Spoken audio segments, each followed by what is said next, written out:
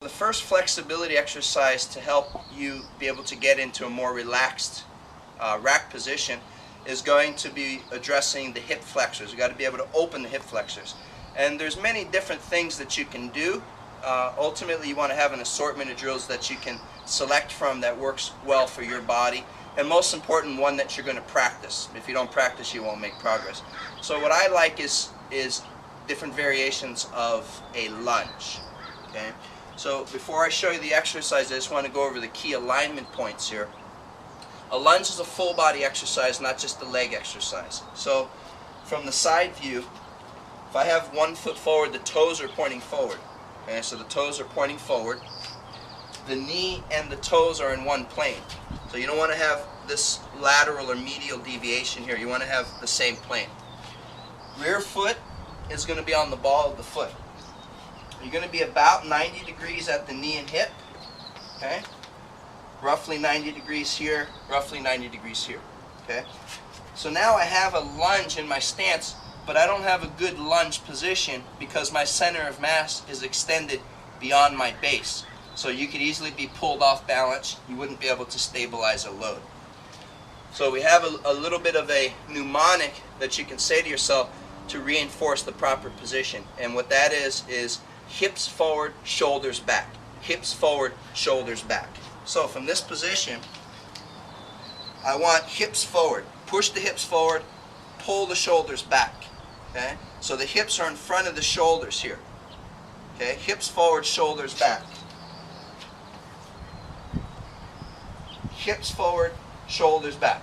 So now I'm stable, I have good balance, and I'm really opening up this rear hip, really extending.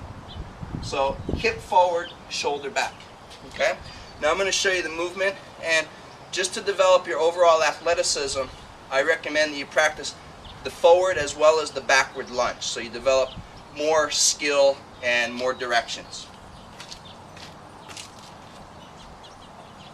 You're just going to keep your hands on your hips. You're going to flex your knee and hip, extend outward, push your hip forward, pull your shoulder back, pick the rear foot up, and alternate. So hip forward, shoulder back, and you also go backwards with this movement.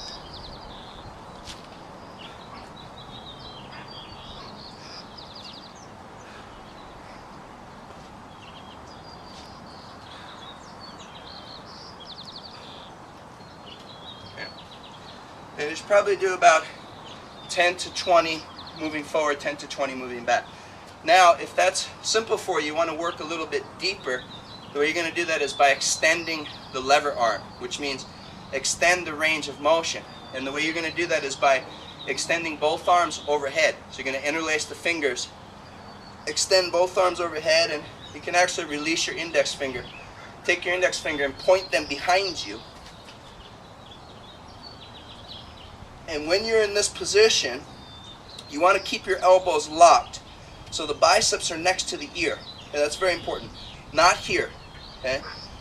For two reasons. First, well, three reasons. One, the straighter the arms are, the longer the range of motion, the deeper the stretch. Two, you want to reinforce a good lockout because that's going to carry over into your other practice. If you get lazy here, you're probably going to get lazy when the kettlebell's overhead. So you want to have that lockout, elbow straight. Okay? And the third point is you don't want to put too much stress in the rotator cuff. When I start bending here and pushing, it puts a lot of stress in the shoulder. I want to lock out and absorb more of the load through your chest and through your upper back musculature. Okay?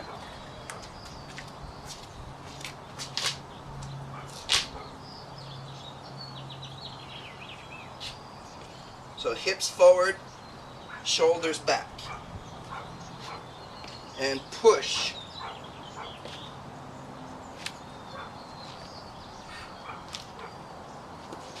Push the arms back. Push the hips forward. Push the shoulders back. Okay. And again, you can do 10 to 20 moving forward, 10 to 20 moving back. So that's a good hip flexor opener so that you can get your hips in the right position for the rack position.